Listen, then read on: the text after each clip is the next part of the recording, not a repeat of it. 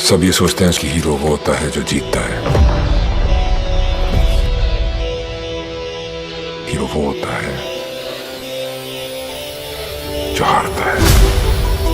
सिर्फ उसका नाम पता है, क्योंकि वही जानता है जीतने की असली वैल्यू। क्या राघव और सिद्धार्थ को हुई है एक गलतफहमी? क्या शहनाज को शादी से नहीं भागना था?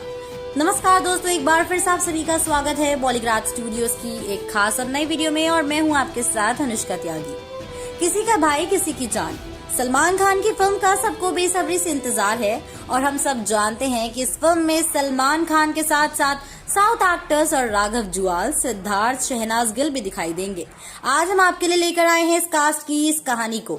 दोस्तों, मेक श्योर आप इस वीडियो को अंत तक जरूर देखें।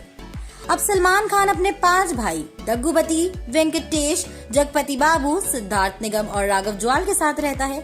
5 भाई अक्सर किसी लड़ाई या किसी मुसीबत में फंसे ही रहते हैं। इनके लिए हर बात का सलूशन वायलेंस ही होता है। और बड़े भाई के नक्शे कदम पर चलते हुए सिद्धार्थ और राघव तो आए दिन किसी न किसी नई मुसीबत को अपने सर पर रखते ही हैं। जैसे अभी उनका एक दोस्त हाफते हुए आता है और उनसे उसकी गर्लफ्रेंड को शादी से भगाने में मदद मांगता है। राघव और सिड शादी से दुल्हन को भगाने के लिए रेडी हो जाते हैं और शादी के लोकेशन पर बारात के साथ नाचते हुए पहुंच जाते हैं। दोनों वहां जाकर सबसे पहले तो खाना खाते हैं, क्योंकि अब भाई इतनी मेहनत करेंगे तो एनर्जी तो चाहिए ना। लेकिन जैसे ही वो खाना शुरू करते हैं तो एक अंकल, जिनके मोटापे के कारण उनका कोट का बटन टूटने वाला था, जो कभी भी अपना दम तोड़ सकते थे, अब मोटे अंकल उनके साथ खाना खाते हुए पूछते हैं कि बेटा, बड़ा अच्छा नाचते हो, क्या अलग से डांस करने के लिए तुम्हें बुलाया था? अब राघव मुंह में लड्डू ठूसने से पहले कहता है कि अरे नहीं अंकल, हम तो वो दुल्हन को किडनैप करने के लिए आए हैं। अब सिड के मुंह की बिरयानी बाहर आती है और वो बात संभालते हुए कहता है, अब लड़के वाले तो अंकल दुल्हन को किडनैप करने ही आते हैं ना।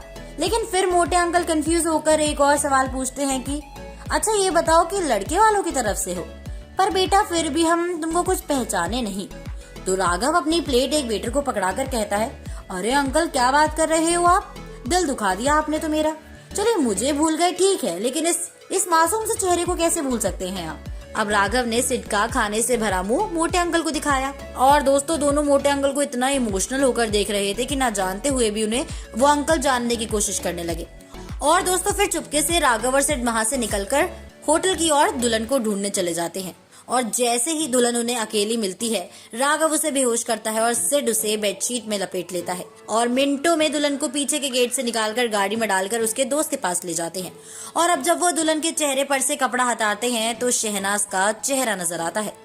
राघव और सिड दोनों सोचते हैं कि उनके इतने पागल से दोस्त को इतनी सुंदर लड़की कैसे मिल गई। लेकिन जब शहनाज होश में आती है तो वो एक अलग ही बम उन पर फोड़ देती है।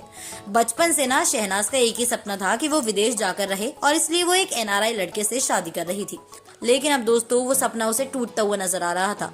इसलिए जब उसका एक्स बॉयफ्रेंड उसके साथ भागने के लिए कहता है तो वो गुस्से में लाल होकर उन तीनों को मारना शुरू कर देती है। और जब शहनाज थक जाती है तो वो नीचे बैठकर रोने लगती है।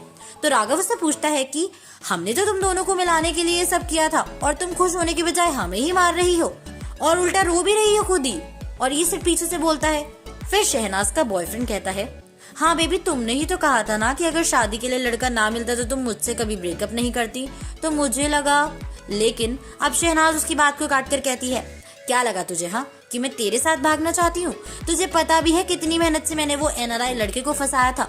मेरे सपनों को पंख लगने में सिर्फ कुछ ही घंटे बचे थे, लेकिन नहीं, तुझे तो अपनी मंदबुद्धि मेरे फ्यूचर में घुसानी थी ना। कर दिया ना सत्यानाश, अब कैसे जाऊंगी मैं न्यूयॉर्क। और शहनाज जोर जोर से रोने लगती है। राघव और सिड दोनों उस मंदबुद्धि दोस्त को घूरते हैं, लेकिन तभी पीछे से कुछ लोगों के आने की आवाजें आती हैं। तो दोस्तों अब आज की वीडियो फिलहाल बस इतनी ही, लेकिन आप हमें जल्दी से कमेंट सेक्शन में बताइए कि आपको कैसी लगी है हमारी आज की कहानी। अगर पसंद आई है तो उसको लाइक और शेयर करना बिल्कुल ना भूलें। हमारी आज की राइटर है तनु चौहान।